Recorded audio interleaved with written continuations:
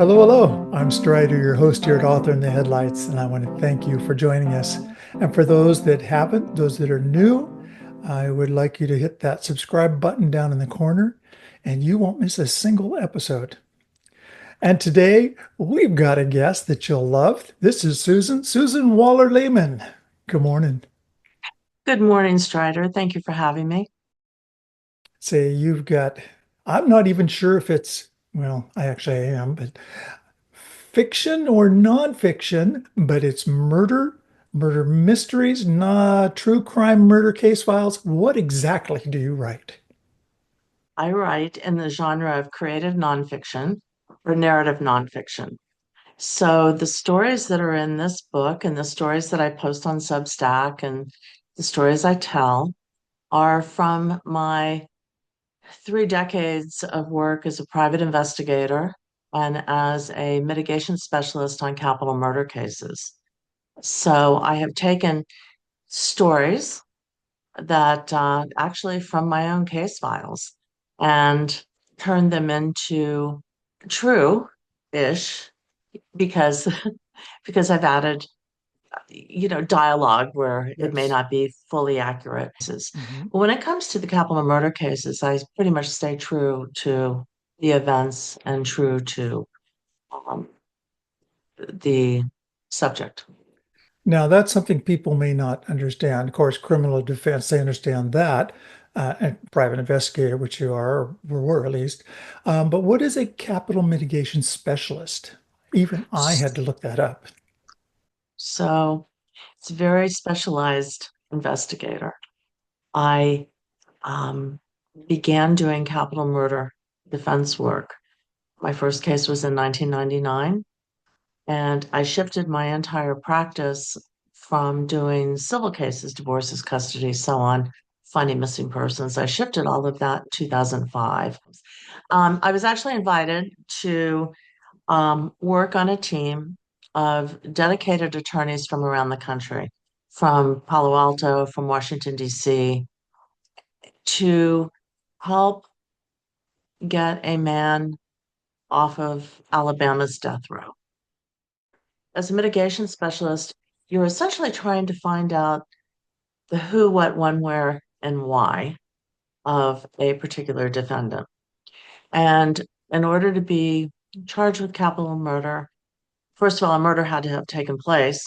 But second of all, there are a whole list of qualifiers. Has to fulfill certain criteria in order for. Yes, Mhm. yeah, yeah. So Um, over my practice from pretty much from 2005 until my last case ended in 2023, I worked on 37 capital murder cases. And half of those were pretrial. So someone who was facing the death penalty as a potential sentence. And the other half were for people who were already on death row, who had pro bono attorneys, usually from huge, huge firms, who believed that there had been something wrong during the person's trial or during the person's sentencing. See if I can get this. You state that your writing is from personal awakening to national crisis of broken people and failed systems, where people with money may obtain a form of justice, but those without pay brutal consequences. That's a pretty strong statement, but that Yeah. is your belief, and that's where you write these things from. Mhm. I do all of my clients when I was doing divorces and custody cases, those people were well heeled enough to hire attorneys and hire private investigators and that sort of thing. I'm not saying that they were wealthy, but they certainly had access to money with which to pay. When I began doing capital murder work, it was all indigent defense work. Essentially, I became the best friend of the client as best I could, and the best friend of the client's family, because I wanted to find if there were any eh, underlying intellectual disabilities, if there was any undiagnosed mental illness, untreated mental illness in the family. So I was looking at this sort of holistic approach to figure out the who, what, when, where, why, and how. How did this happen? Yep. And you must write pretty well. Besides, you're an award-winning author, I know you've done the Nellie Bly Book Award for journalistic nonfiction. I think that's the Civil Awards. You've got Eaton Literary Grand Prize winner. So your writing is good besides. But you have a new book coming out. Just came out. When is that? It actually launches on the 25th. Right And away. Yeah. yes, Southern Lies and Homicides. yes, tales of betrayal and murder. Yes, All right. And then you've got Echoes of the Mind, and Visions of Ted Bundy, yes. Psychic and the He Omega Murders. Well, if you're doing it in Greek, otherwise it's the Chi Omega to the rest of us.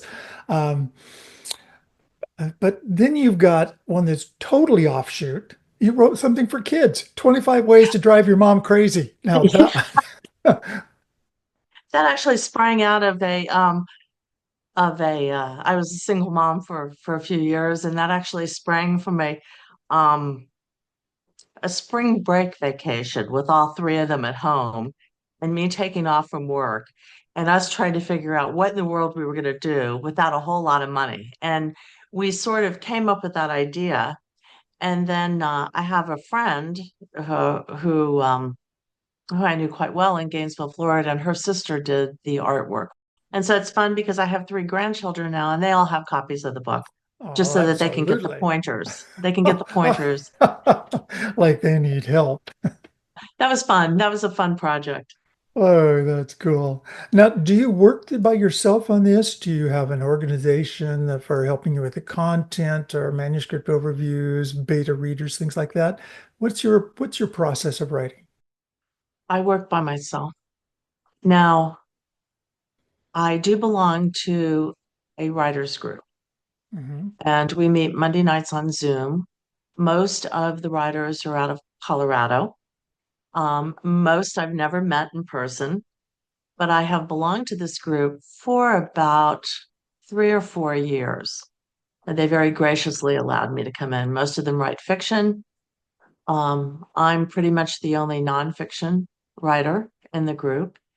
And it was because of my competitive nature that I wanted to show up every Monday night with 2,000 words that I was actually able to write these stories and get them critiqued and, work on them. Um, the final section of the book, The Execution of Robert Butts, that was the one that won a blue ribbon in Nellie Bly. I'm a slow writer. That took me a long time to write because I could not ever get the tone right. Um, there are some funny little stories that are contained in this one, but including a couple of twists that none of us saw coming. Um, personally, personal things, and over the years, I've had three of my clients executed. One was just executed last year in Alabama. Um, but that was one. Robert's death was the one that just seared me. Yeah. And I dare anyone to make their way through it without crying their eyes out. Yeah. All right. Well, that's quite a recommendation all by itself. Yeah. So it took a long time to get the tone right on that story. I began writing it before he was killed. And then about a year after his death, I picked it up again and began working on it again. But it took a while. I'm like I said, I'm a slow writer. It's got to be hard. Yeah. You got it accomplished though, and you're Yeah. published with it. And do you have something coming up now? Are you still writing? So This right is this now, one is just published, and I keep saying, "What's next?" I'm not really sure what's next. There's a couple of things that I want to do. A couple of years ago, I began working with a writing consultant, sort of this goddess of writing. And I began working with her on developing a television series out of these stories, out of this character, out of these stories. Hmm. But I was so distracted by other things, getting this book finished and everything else, that I couldn't devote the attention Yep. to it. My goal is to publish once a week on my Substack, but I don't always get there. And so right now, I feel like if I can publish one a month or once every 3 weeks, I'm good. So I am still writing. I write in this creative narrative nonfiction genre. And because I think that a lot of nonfiction is boring. I can't, Certainly I can be. when it reads like a textbook. So, and Yeah. that's a lot of what people associate with nonfiction books, is that like a textbook. And I don't want to write like that. I try to be a much more visual writer. My focus is always in trying to engage the audience. I think that's where it becomes literary nonfiction. You may not Mhm, have every word, but this is the story. This is where it came from. This is the mhm. facts. And Fortunately, I have a huge body of work to draw on because I oh, have all of my case notes, I have all of my billing invoices, I have all of my emails that were exchanged between attorneys and everything else. I have a huge body of work on my computer, yeah, in the cloud. and And a never-ending source so of inspiration, unfortunately. I have many, many more that I Mhm. can tell. And I continue coming up with ideas. I have a list in my notebook of stories that I want to write for the Substack. Um, Last year, I began working a little bit on a series. I developed a character for a series of mysteries. The main character would be a PI, of course, because that's what I draw on. Mhm. Many of the books, many of the television shows, many of the stories that are out in popular media about PIs don't necessarily get it right. All right. Eh, So, from someone who knows, uh, I do. Susan, it's been informative in particular. Things we don't think about much, where things go and we know it happens, but to have somebody tell the story that was their part of and went through the process with, that's it's got to be difficult for you writing, and but stories are out there. So thank you for being with us today, spending some of your day. For those of you watching, this is Susan Waller Lehmann. You can look up her books. They'll be on DurhamPublishing.com's bookstore, as well as lots of other places out there. So, Susan Waller Lehmann, thank you, Susan, for being part with us today. Thank you, Strider. I enjoyed it. Absolutely. For those of you out there, thank you for watching. I'm Strider, your host here at Author in the Headlights, and until next time. Sponsored by DurhamPublishing.com.